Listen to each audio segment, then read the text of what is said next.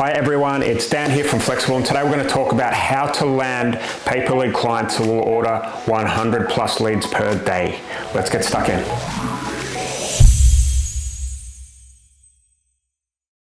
Okay, so before I start talking about how to land these clients and how to get them on board and onboard them, all that type of stuff, let's talk about what to look for so you're having the right conversations with the right type of clients. Okay, so there's a number of factors that we want to look at. The first one is, and probably the most important, is they should have a national coverage. Okay, so have a look at a dentist, for example. If they're only able to take leads in their local geographical area, then they're not going to be a paper lead client you can scale with. They have to be able to take leads from, the whole country or the whole world, preferably, if you can get that, right? So let's have a look at, someone like a mortgage company.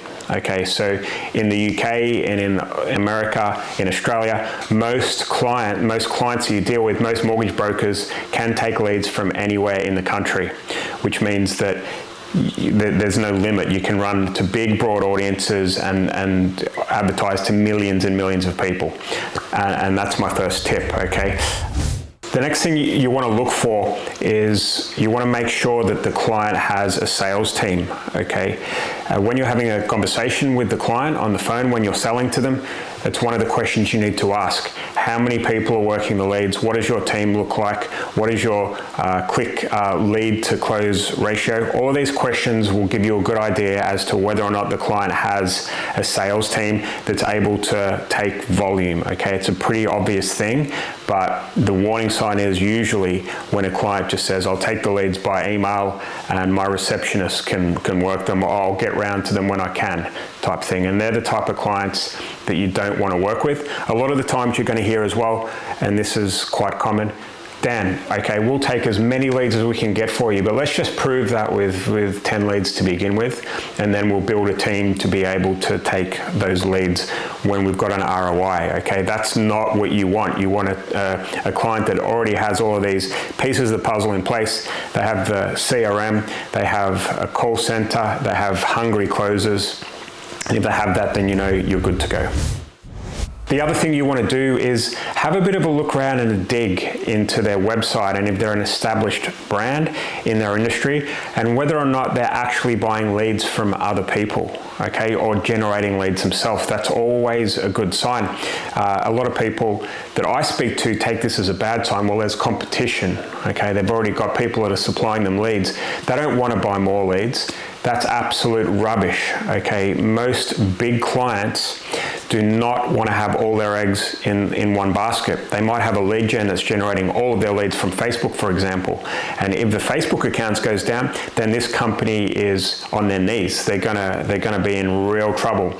So most big lead buyers in the industry, the big industries that I've spoken about before, will always want to have 3 or 4 lead buyers on their panel, so they aren't at risk. Okay, so don't take the fact that you've got competition as a bad sign.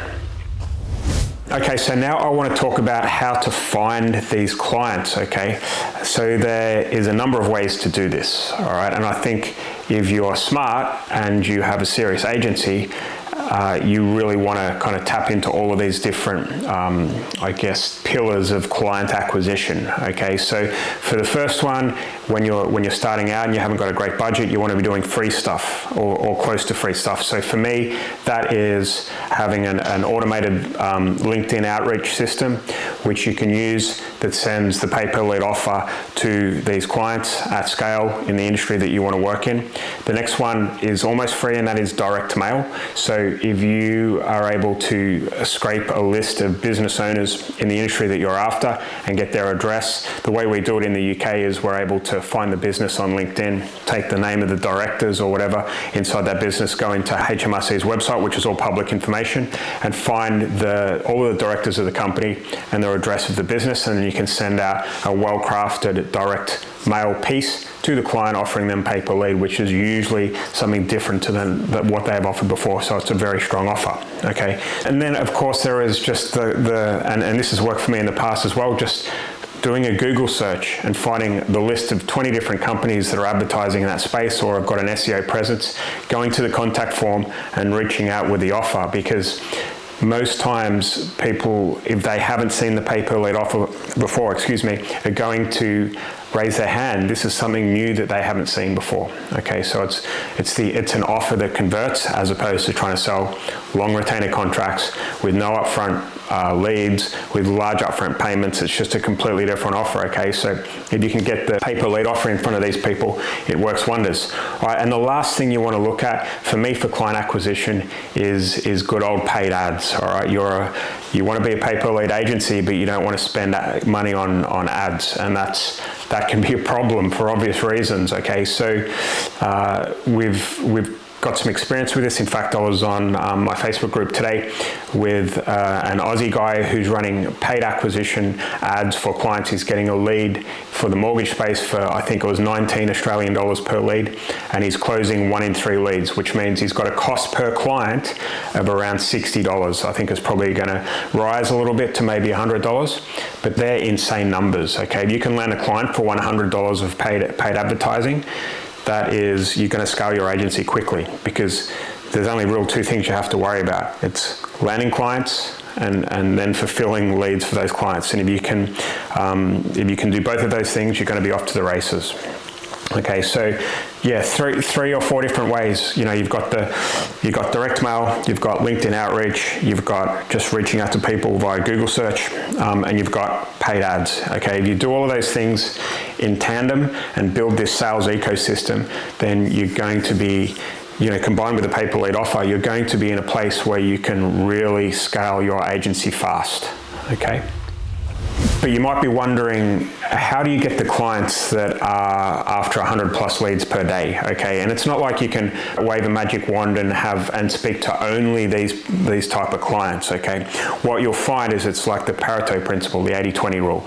You're going to have to have some sales conversations, and you're going to have to speak to the clients, to the little tiny clients that you're not particularly wanting to work with at this point in time.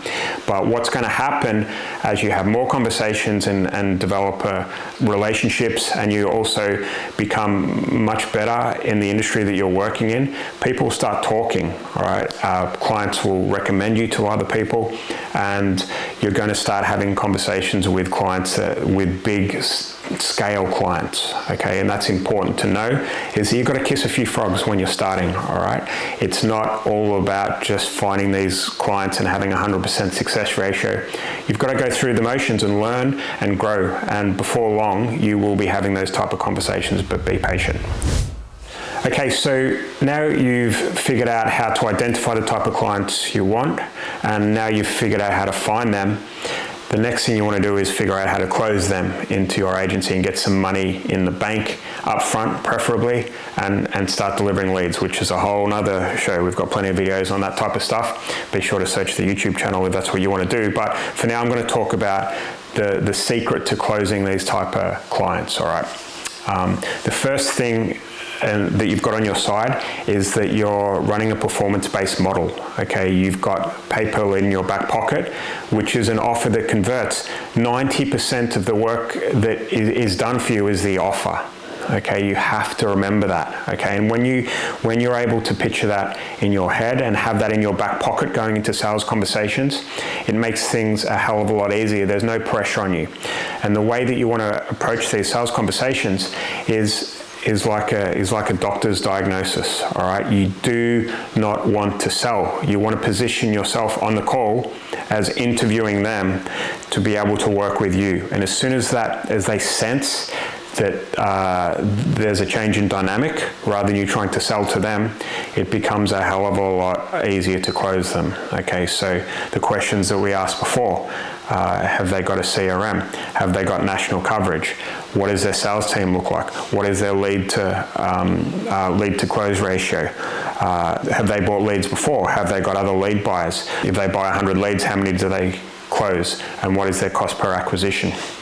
It's just a simple check the box type sales call, and if they tick enough boxes, then you want to work with them. If they don't tick the boxes, then you say, yeah, I can't work with you, or you find something else to help them with. okay, which is significant, all right? If you're an agency that has web design skills or SEO, or you can send direct mail for them or do B2B lead outreach if they're a B2B company, then this is stuff that you can offer them, right, in your back pocket. But you don't want to work with the wrong type of clients, because what's going to happen is they'll come on board, you'll land them, you'll get them their first 50 leads, they'll buy the leads, and then they won't order again, and you're actually losing money in that instance. All right, so treat the sales call as a doctor's diagnosis, where you're positioning yourself as someone that's interviewing them for them to work with you. And if you have that in the back of your mind, I promise you're going to close a lot more than you won't.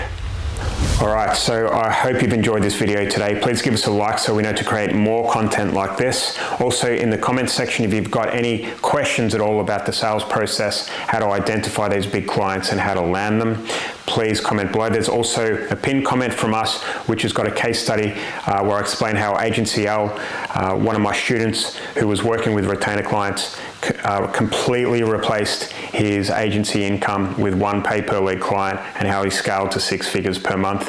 It's a step-by-step guide. You'll really enjoy it. And the last thing is, please subscribe so you'll be the first to find out when we've got new content exactly like this. Thank you.